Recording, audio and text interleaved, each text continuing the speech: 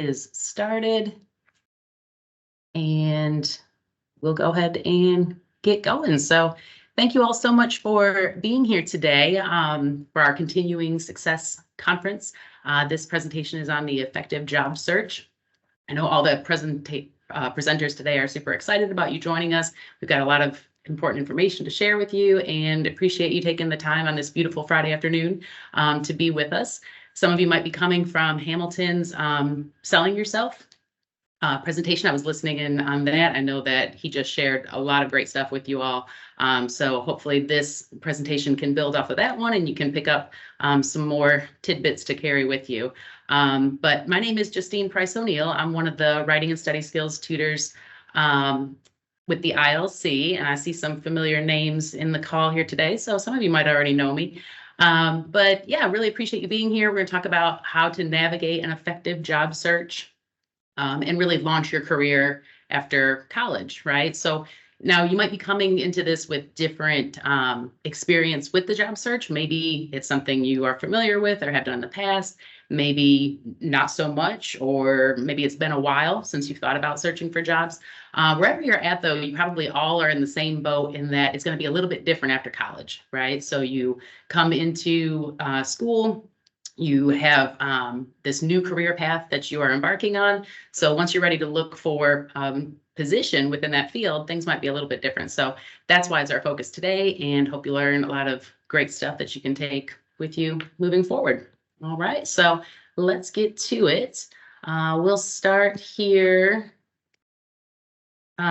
just talking a little bit about what it means to launch your career. Okay, so and that's what I like to think about the job search after college as launching your career, because that's the goal, right? You're going to be taking the skills and experience from school to gain employment, effectively launching yourself from college to this new career field.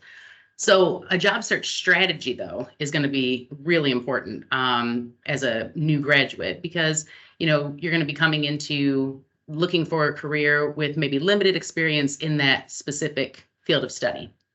You might have been learning a lot about it, but maybe you haven't worked in it yet. So you want to strategize so that you can target the type of job that you want and then how you're going to go about getting it too.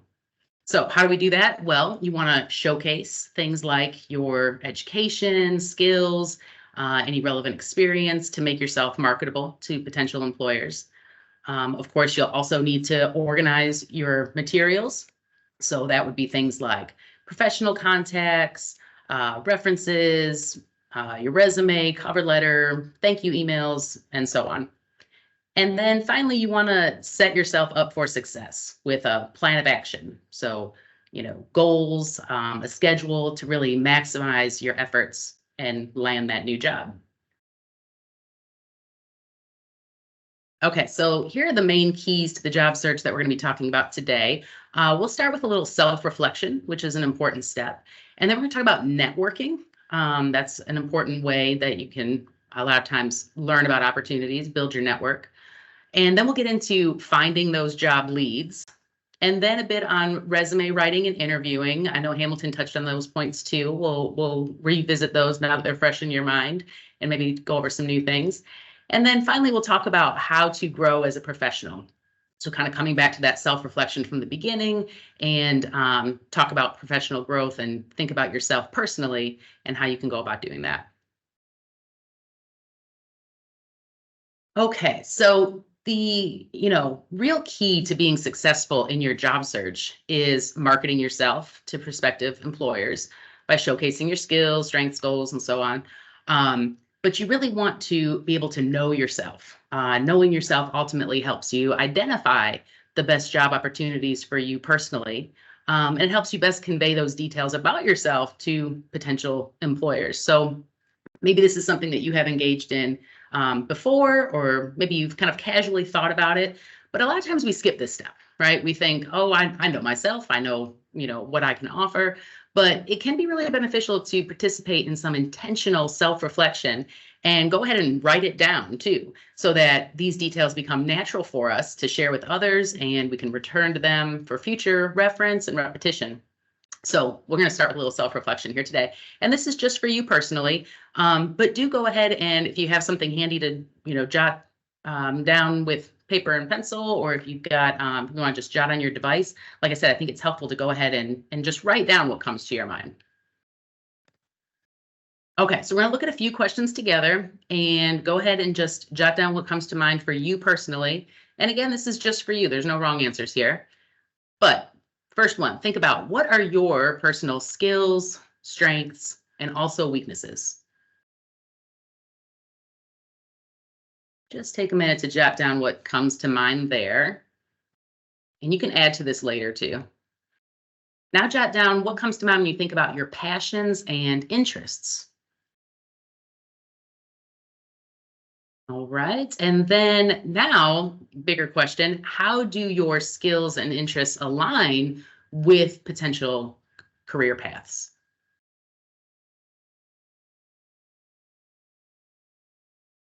Okay, and then last one, think about what are some organizations you'd like to work for? So there might be some things that some places you know about locally, or maybe you know people who work there and you think, yeah, that would be cool to work at that spot. Any of those that come to mind. All right. So thinking about that, if you'd like to, go ahead and jot down in the chat anything that you feel like sharing, or if you want to go ahead and unmute. But, just, and it can be kind of an idea about, like your career goals and your fields. It can be interesting to see from our group that's here. Some of you might have that in common. So what are the fields of study that you're looking into or career goals you're thinking of? Or did anything come to mind about that organizations you'd like to work for? Yeah, go ahead and share either in the chat, or if you want to unmute, that'd be great.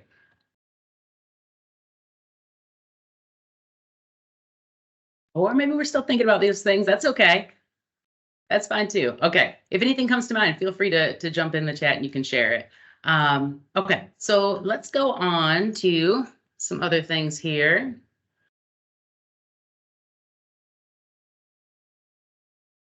Okay, so now the most important thing about your job search is getting started early, okay? So you don't want to delay. The job search process and hiring process, they both take time. So you want to be taking steps right away toward that path. And then once you start, you want to take it seriously and put in the work. Hello. Oh, yes. Hi. Did you have something to share?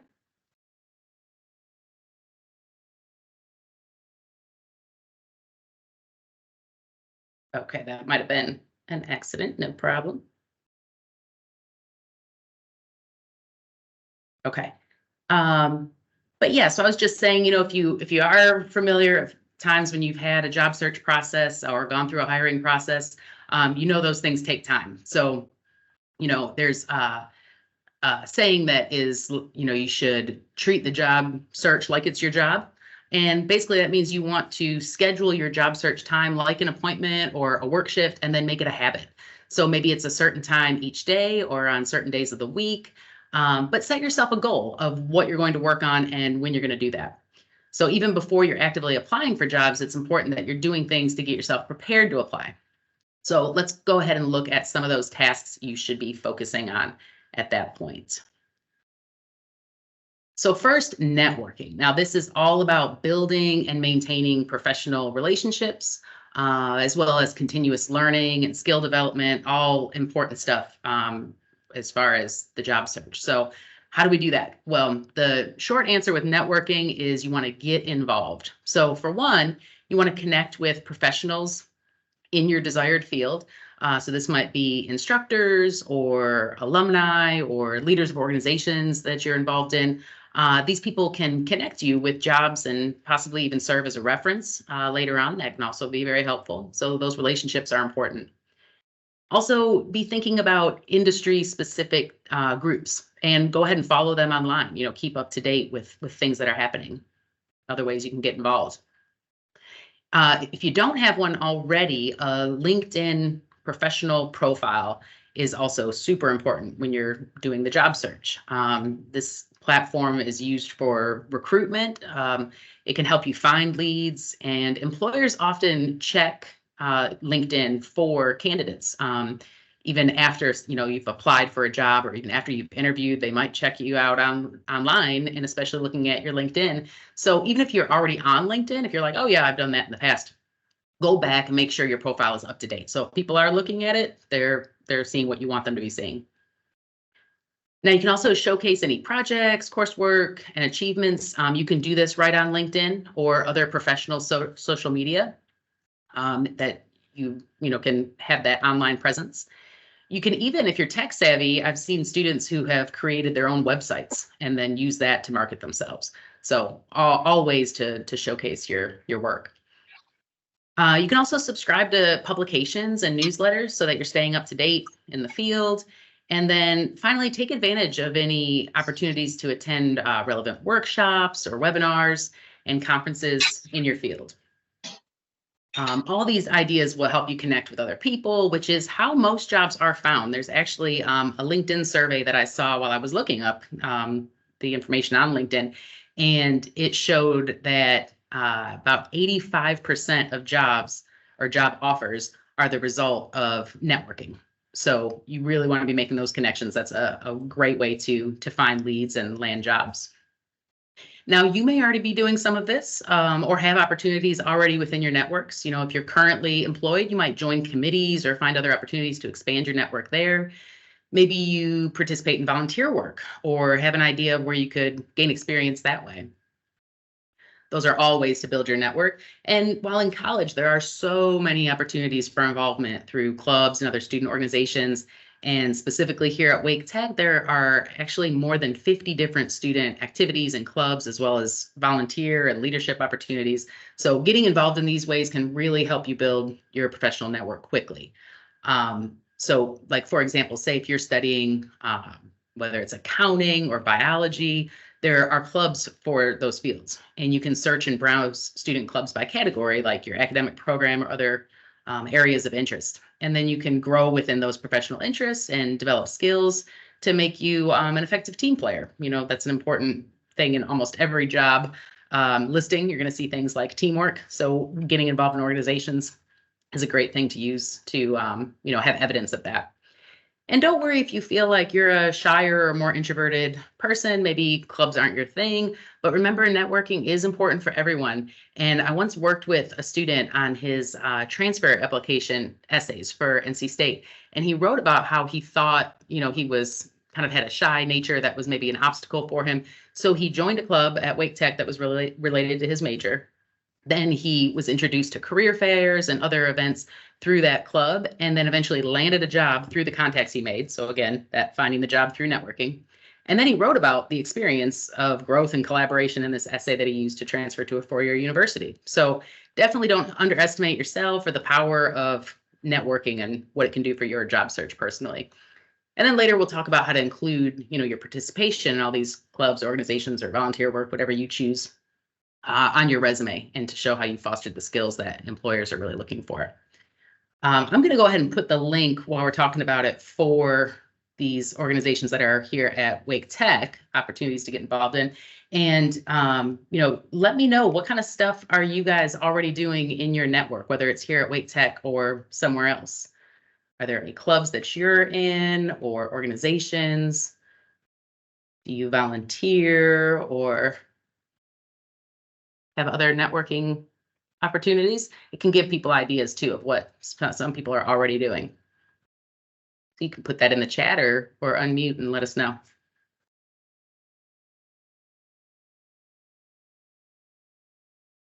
Okay, good. Thanks for sharing. I see got a job through volunteering. Awesome. Exactly. That's exactly what we're talking about. Career fairs and webinars. Very good. Those are definitely good networking opportunities too. Great. So you guys definitely see this firsthand. Okay. Yeah, keep sharing if you see if other ideas come to your mind. We'll keep moving on here as well. Okay, so next let's talk about finding leads. An important part of the job search, of course. Now, first, like we just talked about, you want to use your network, right? By letting people know that you're looking for work. And, just like we saw in the chat there, sometimes you find it right through the organizations you're already in. You're volunteering for something, a job opportunity comes up. because you already know people with that organization. Now you've used your network to find a lead. But, also just friends, family members, former supervisors, professors at school, any contacts that, just let people know that you're looking for work because they might know of openings or potentially even like unlisted opportunities or before they are listed. And you can use your network that way to find leads. But, that's not always going to work. You want to put in some work in some other ways too. So, there are general job search websites. I just listed some popular, reputable ones there that you're probably familiar with, maybe you've used or heard of. And you want to look at these and see which ones work best for you. Indeed, Monster, Career Builder, ZipRecruiter, College Recruiter, Glassdoor are all major ones, and look and see what, works best for you personally. But then if you want to get more specific, you can look for your specific field of study or the industry that you want to pursue. And you can look at specific sites that have those careers posted, like you see here, healthcare job site specific to healthcare jobs, of course, IT Job Pro if you're in the IT field, eFinancial for business, Sales Gravy is a sales one. So, and you can even just Google search your field of study or the industry that you want to work in and see what's listed there, or also use your network and ask your professors or other contacts that you have that are familiar already with the field, asking them, where should I be looking for leads? And, it's also a good idea to go directly to the websites or for the companies or organizations that you're interested in. So when we did that self-reflection at the beginning, if you thought, if you're like, hey, I want to work for Wake Med Hospital, that's one of the places that would be the place I would want to go.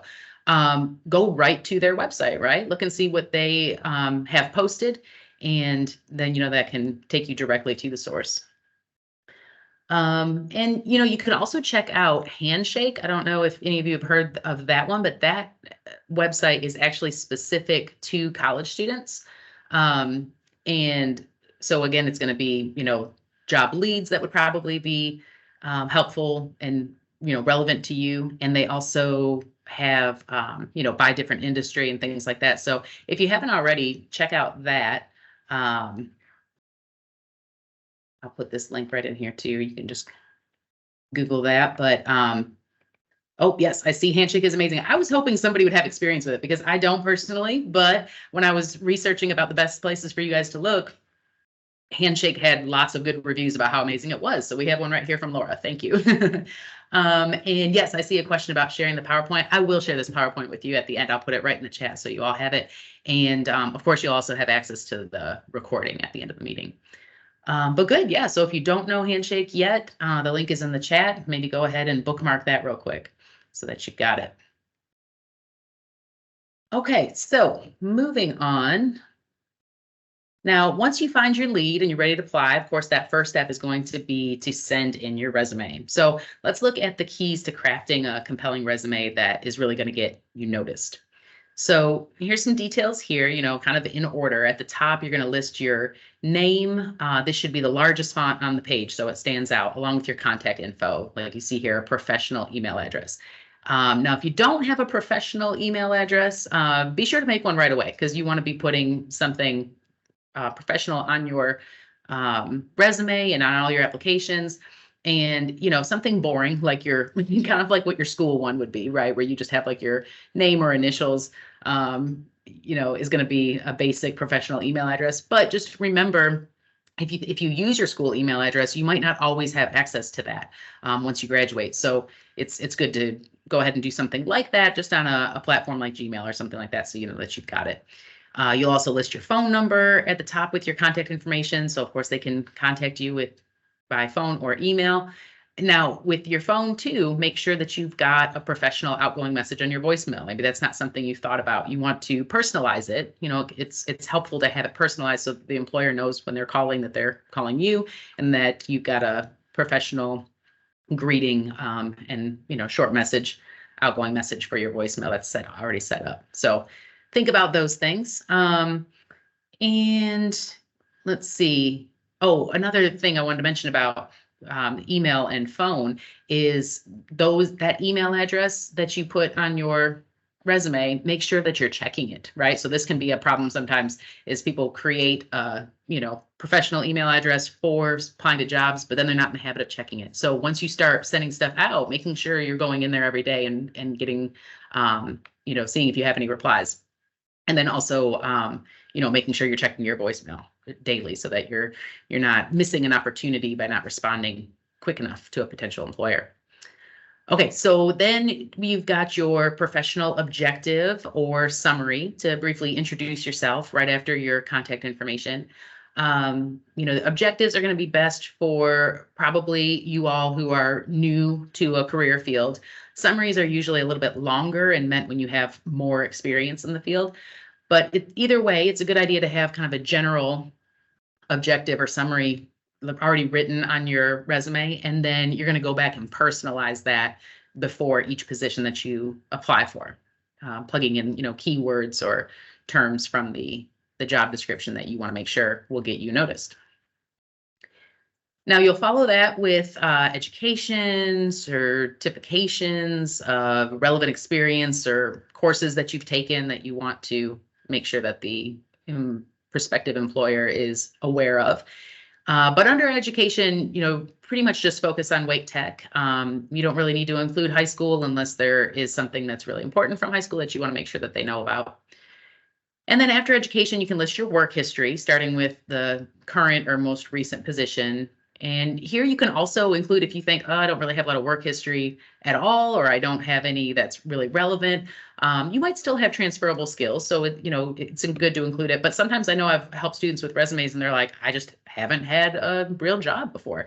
And that's okay. But think about what could you put under that experience section, such as like volunteer experience, that counts. Or internships, things that you've done at school that count as experience. So, you can get creative there. And then finally, if you've got space on the page, you can add things like relevant skills or honors or achievements, especially if something like work history is lacking, you can add things that you want them to know of those areas. Okay, so that's the basics. Let's look at a sample one here. This is one that I found from Queensborough Community College, and it shows a community college, not yet graduate, but you can see under education, it says anticipated June 2023. So if you are graduating, say this spring or summer, or even at the end of this year, you can be going ahead and putting your anticipated graduation date there. But you can see when you look at this, we see this person's name is big at the top. You want that to stand out. That's how they're identifying you. The sections are clearly labeled. I can scan through here and easily see all those different sections. Notice too, it's just one page. You don't want to go beyond one page. You want them to see everything so that they can scan through it easily on just that one page. And you want to remember that employers are looking at a lot of these, right? So you want to stand out, but preferably with fewer words so that they can see it quickly, and using your words wisely, like action verbs, or things from the job description that, are kind of like keywords that you think of what they're looking for. If that applies to you, show them that you have that. And you want to think about proper verb tense too. So if you are currently at a position, you're going to use present tense for those duties. You can see this person, they have a position right now. It's that sales associate position. It says through present. So they are saying they provide efficient professional service, they assist, they organize, they receive. If this job, if it said through, January 2024, it's done, we'd say provided efficient, assisted shoppers. It seems like a little thing, but you want to, check that. Okay, so, and then, another thing is, we talked about kind of keywords from, the listing, and also making sure that you're keeping your resume current. So right now, think, when's the last time you've updated your resume? If it's been recently and it's up to date, that's good. Even if you're not ready to be sending it out right now, though, do go and update it, because it's good to just keep it up to date. You want to add new positions or activities, even when you're not actively searching for a new job, just so you don't forget about anything, right? And so you have it ready. Once it's time to apply, you've got it ready. You're still going to kind of tweak it and personalize it, for the specific position you're applying for, but you want to have the basics just down there. That makes it easier. The process is easier. All right. So, but like we said, definitely, tailoring it for different job applications. You're not going to send just the same resume to every single employer. You're probably going to, especially in that beginning profile part, or maybe even under experience, adjusting it depending on what you're applying for. But, just remember that companies will tell you right in the job listing what they're looking for. So it's a good idea to plug those words and phrases right into your resume if they fit. All right. Check our chat here real quick. Yeah, do feel free to jump in the chat if you have any questions or comments on what we're talking about. But if not, we'll move right along to the interview. So again, if you're coming from Hamilton selling yourself, he gave you some great tips on that. We'll talk about some things here that would take place before and during and also after an interview. So, once you have worked your network, you've searched for jobs, you've sent in your resume, you reach the interview stage. Such an important part of the step, right? Or such an important step of the process, because this is your chance to sell yourself now face to face, with your own voice, not just written out. And it's an important stage of the job search. So you want to make sure that you are focusing on these key points even before the interview with preparation. So first, to prepare, you want to practice some common interview questions so you're not caught off guard.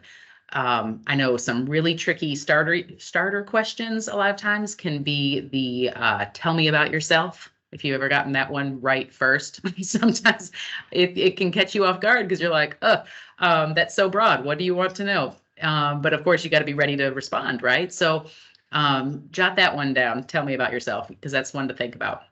Or another one that they can start with, right, sometimes is, why should we hire you? Real broad question, right? So they can be tricky if you're not prepared for them. But, while they are hard questions because they're so broad, the good thing about them is you can really respond directly with what you want them to know about you, or your narrative that Hamilton talked about. So, coming up with your narrative and what you want the employer to know, you can plug those in right off the bat. So the key is just preparing in advance so that you're not caught off guard. So spend some time thinking when you're preparing for an interview how you might best respond to some of those practice questions, maybe some of those starting ones that can be tricky, or you can Google common interview questions. If any of you right now are thinking of an interview question that you had that you thought was really hard, or that one that you get a lot, go ahead and plug that in the chat, because I would like to see a list of those, of what you have seen before. Those two, tell me about yourself and why should I hire you, came to my mind right away. But even if questions you get are a little bit different than what you prepared for, you having that practice ahead of time will help you, convey to the interviewer what they want you to know about them, because you'll have kind of like those key points in mind. So, you're not memorizing your responses word for word, but maybe jotting down some key bullet points that you're reviewing. Again, those pieces of your narrative, so you can get those across. Okay. Oops. Jump in the chat again and see. Oh, why do you want to work here? Yes, Sarah Michelle has said, why do you want to work? That's one too. That's an important one that leads to the other part of the before, the researching the company and location. Yes. So if you go into an interview and you don't know anything about that place and they ask you, why do you want to work here? That's going to be a really hard one to answer, right? So definitely researching the company and thinking and asking yourself, personally, for yourself, why do you want to work there? And then, yeah, that can be a tricky one, but a great one if you have prepared, that gives you a great opportunity to explain the answer to that. And on top of researching the company in particular, also the location, where is this interview going to be? Who is going to be interviewing you? Even you might want to practice driving there to make sure that you're not late.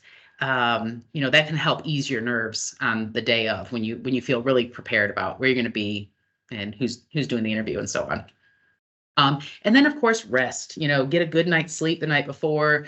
You want to be well rested and at your best the day of. Okay, now that brings us to during the interview. So during the interview, you want to think about like professional communication, of course. What does that mean? Well, think about using respectful words, tone, body language, all that stuff. Maintaining eye contact, kind of like uncrossing your arms, having, sitting upright, having good posture, that all that stuff shows that you're engaged. So important parts of the communication. And then when you do speak, pausing to think before you answer a question can be really helpful. There's no rush, and carefully choosing your words and having that time to give your best response can come across really well in an interview. Along with speaking, you want to think about listening. Listening is a key part of communication and another way that you can convey professionalism in that interview. So, listening is important for following directions, understanding what's required of you, and you can model that. That's what an employer is going to want on the job. You can model that right in the interview. You can do this by asking questions, repeating back what you think you heard, taking notes, showing again that you're engaged and you're interested. And also, I know, Hamilton mentioned too, preparing questions in advance, because that can happen too. When they get to the end, they're like, okay, what questions do you have for me? And if you haven't prepared any and you just say, I don't have any, you don't come across as seeming that interested, right? So, but it can be hard to think of them spur of the moment. Some things might come to mind, and that's great. But do have some questions prepared. You can bring those to the interview with you. Another great way to model to the interview that you've done your homework, right? And then finally, there's a super important task that you want to complete after the interview. And you might think of an interview like it's not really over until you receive that rejection or notice of steps for the next notice of the next steps in the hiring process, right? When they reach out back to you to either tell you yes or no. Before that happens, the interview is still kind of ongoing. So what I mean by that is that you have that opportunity after the email or after the interview to send an email that is personalized and, thanks them for the interview and, reiterates your interest in the position, like it says here. And then again, make sure that you are checking your email, listening to your voicemail, doing those things every day so that you can be notified right away if they have reached out to you. All right. Now, I want to look a little bit more specifically at the details about the thank you email, because it really is such an important step. This information comes directly from Wake Tech's Career Services, and they've done a really awesome job, I think, of just laying it out real concisely and breaking down the details of the important parts of that follow-up thank you. So you want to send this thank you email within 24 hours of the interview itself. Okay, so you don't want to wait too long while you're fresh in their memory. You're going to send that off to them, and you want to personalize it just like the resume and cover letter. I'm not going to get into cover letters today because there is a presentation about that later. Hope that you listen to that one too. That is the last one for the day. And those things, though, just like with the resume, we talked about tailoring it for each person. So you're not just going to have a generic thank you that you send to everybody. Have a generic one that you start with and then personalize it for each person or company that you send it to. So remember, this is your chance to reiterate main points that you wanted to get across in the interview, and maybe adding things that you felt like you weren't able to get across in person or you forgot to mention. So, you can use a general template, like I said, but then customize it. So here's an example one, again, from Career Services. But this is a good template to follow, but you can see that it's important to have a subject line. Don't forget to put in your subject, and you can have it just like this, be specific, thank you, put in the title just like it is on the listing, so that they can see, what your email is about, stating that purpose of it. And then have a professional specific greeting with the person's name now that you have met them, or if it was a panel of people, include all of them. But you have met them at the interview, make sure you remember who they are. Look back if you don't remember their exact names, make sure you get those details right, spell it just right. And then introduce yourself and reference the interview. Make sure you're being clear and concise with your message. Use a formal but friendly tone. Make sure your purpose is clear, reiterating strengths and interests in the position, and then pay attention to things like proper capitalization, punctuation, grammar, all that stuff too. Once you get your wording just right, go back and proofread it. And then just like you started with that greeting, you're going to have a closing that has your name at the end. But don't hit send just yet. You reread your email to make sure that the information and wording is just right. A good tip for catching errors that you might just read right over is read it out loud. If you read it out loud, sometimes you'll catch little wording things that were not quite right. Or, if you have someone else that can look at it for you quickly, or just run it through Grammarly or something, you don't want to have spelling and punctuation errors on this. And, just another tip, it can be a good idea to type up an important email like this on a computer rather than on your phone, where sometimes we might more naturally switch into kind of like informal text speak.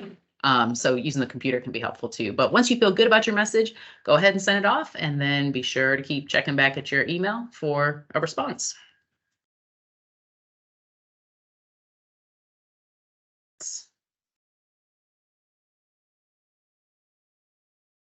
Okay, so now what happens when you do get that email response and it's one that says something like they've decided to go in a different direction? Okay, now an effective job search is going to include lots of applications, hopefully lots of interviews, but that means there's going to be some misses or some no's, right? Now, the important thing with that is just how you handle that moving forward. So, first respond with resilience and grace. If the employer takes the time to email you a rejection, it's still a good idea to respond to them and, thank them again for the opportunity, even to ask them to keep you in mind for future openings. Maybe this one wasn't quite right for you, but the next one could be. So the employer is really now a part of your professional network, right? Once you've interviewed with them. So that can definitely happen. You can also use the opportunity as a learning experience and grow from it, thinking to yourself, what went well about that? Were there any mistakes made or areas where you could do better next time? And if you're not sure on your own, seek feedback from others, to find areas where you can grow. And maybe you didn't do anything wrong at all. Maybe it just wasn't meant to be. There's lots of positions out there. You can't get all of them. You don't want all of them, right? But the most important thing then is just staying positive, staying motivated, and be ready to adapt for the next opportunity. So getting that, first job right after college graduation, it's a different animal. It's not easy, but it will happen as long as you stick to it and keep that positive attitude and motivated to succeed. Okay, so no matter where you are right now, though, there are always ways that you can improve to be your best professional, most marketable version of yourself to showcase for employers. So let's look now at some key areas, and I just want you to honestly evaluate where you're at right now so that you can possibly uncover areas where you can improve and grow. Okay, so kind of starting, like I said, we started with that self-reflection and now coming back to kind of some professional growth and how you can improve in different ways. So we're going to look at two sets of questions and just give yourself a ranking. Think always, sometimes, or never do I do these things. So however you want to do that, 1 through 3, maybe 1 always, 2 sometimes, 3 never. Again, just for you to think about personally. So look at this first set. Number 1, I display a positive attitude and professional demeanor through my actions and words. Think always, sometimes, or never. Jot that down. 2, I readily accept and incorporate feedback. I value diversity and treat all people, regardless of differences, with respect. I am an active and effective listener. And I demonstrate self-reliance and take initiative. Okay, always, sometimes, or never. And don't think too hard about it. First thing that comes to your mind. Again, this is just being honest, thinking of ways that you can grow. All right, we'll look at one more set of questions or statements here. First, I am confident in my interviewing skills and have an updated resume. I display a professional virtual image online. I actively build my professional network and participate in networking opportunities. I am mentally engaged in my work and able to avoid distractions. And lastly, I am on time and productive when it comes to my professional commitments. All right, so being honest with ourselves, self-assessment there. Okay, now the point of this is, like I said, finding ways that you can grow and improve. So let's think about a plan of action now. So go ahead and look at your ratings and see, where do you notice your strengths? And again, part of that self-reflection at the beginning was thinking about strengths. So what areas did you rate as always doing these things? Those are things to definitely praise yourself for, showcase for employers, make that part of your narrative. These are areas that you are really strong. And then also reflect and see, were there any areas that surprised you or got you thinking?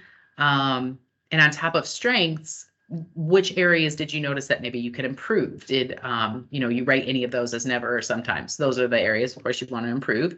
So if you notice within those first 5 statements, if you had some, sometimes or never up there, these are some ideas to hone your professional image. So that's what those first 5 were kind of focused on. So, you might seek out professional development opportunities like we talked about, leadership opportunities, taking on new projects or training, maybe find a mentor or get involved in other ways that we talked about today.